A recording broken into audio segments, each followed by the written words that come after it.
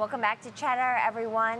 Difficult childhoods are sometimes associated with significant issues later on, or challenges at least, but a new study says the opposite is also true. Children who face adversity early in life can develop unusual skills that set them up for success as adults. Our next guest is Dr. Jude Burke, and some research here was conducted and this is detailed in the new book, The Adversity Advantage: Turn Your Childhood Hardship into Career and Life Success. Dr. Jude, thank you so much for joining us. We're so happy to have you. Thank you. Thanks for having me on your show, and happy Mother's Day to you. I know, to all those wonderful mothers out there. All right, so talk to us more about what this particular study found and how children can be affected when they are faced with this sort of adversity early in their life.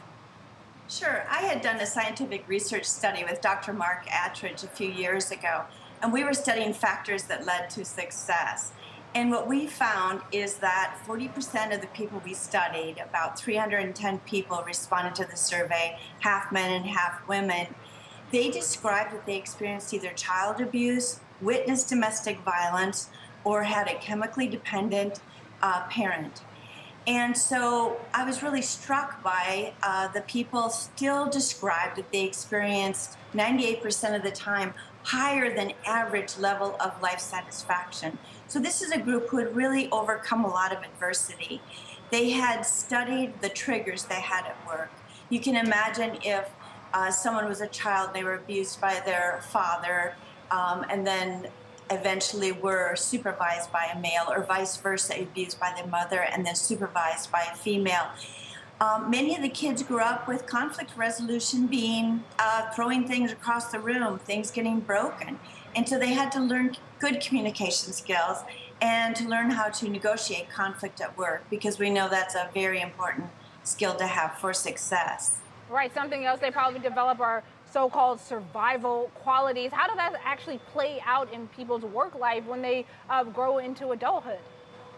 Of course, it's not the workplace's purpose to help people heal from their childhood adversity, but by learning new skills, for instance, if you're a new supervisor, you do need to really learn how to communicate well, hold people accountable, negotiate conflict, and pay attention to the kind of reactions you have in terms of people that you supervise.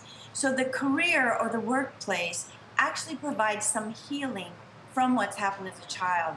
Someone may enter into the workplace at age 24, 25, have a layer of shame, low self-esteem, really lacking in confidence, but through these accomplishments, one after another, and also negotiating the detours and the failures and overcoming them, they become stronger and learn how to manage that adversity in the workplace.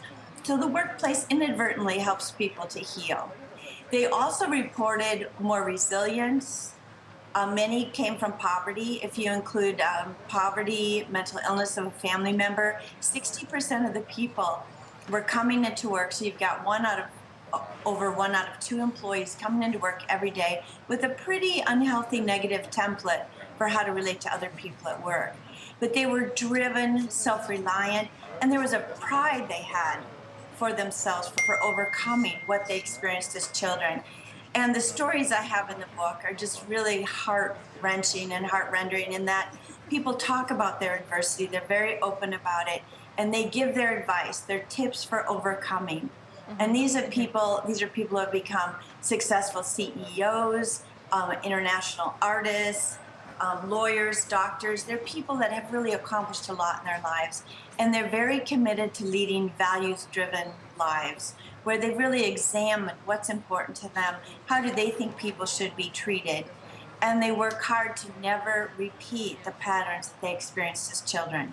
Doctor, it sounds like a community here is very helpful to a lot of people, at least, of course, right? Probably maybe no two cases are the same, but it sounds like that work community really can help overcome some of that adversity. I wonder, too, how long does it stick with some of these children who face that early in their years, and is it something that continually needs to be fostered as they pass through each decade? Yes, and one of the things, I have self-assessments in the book so people can really evaluate how much adversity they experience. And then I give a very concrete journey or roadmap on how to overcome the adversity that you experience as a child. I hate to say this, but it does pretty much stay with you throughout your life, but you really can improve self-esteem, your level of shame, communication skills, and really learn to manage yourself and come to a greater peace within yourself and be more authentic. And that authenticity in the workplace is very important. I'm not saying you have to go into work and really share what happened with you, but be open to different experiences. Build those networks and that social capital. So in other words, you want to be comfortable with both sexes. Build that social capital, and then you're more likely to get those opportunities as they come by. The last chapter of the book clearly outlines a process to go through to help yourself really recover from those childhood issues. Dr. But it's a very positive message, very, very positive, and that people can recover, the workplace can be helpful, and those self-reliant, resilient hardiness skills can really help you become successful. Dr. Jude Burke, thank you so much for joining us. Thank you for having me on your show. Again, author of The Adversity Advantage there.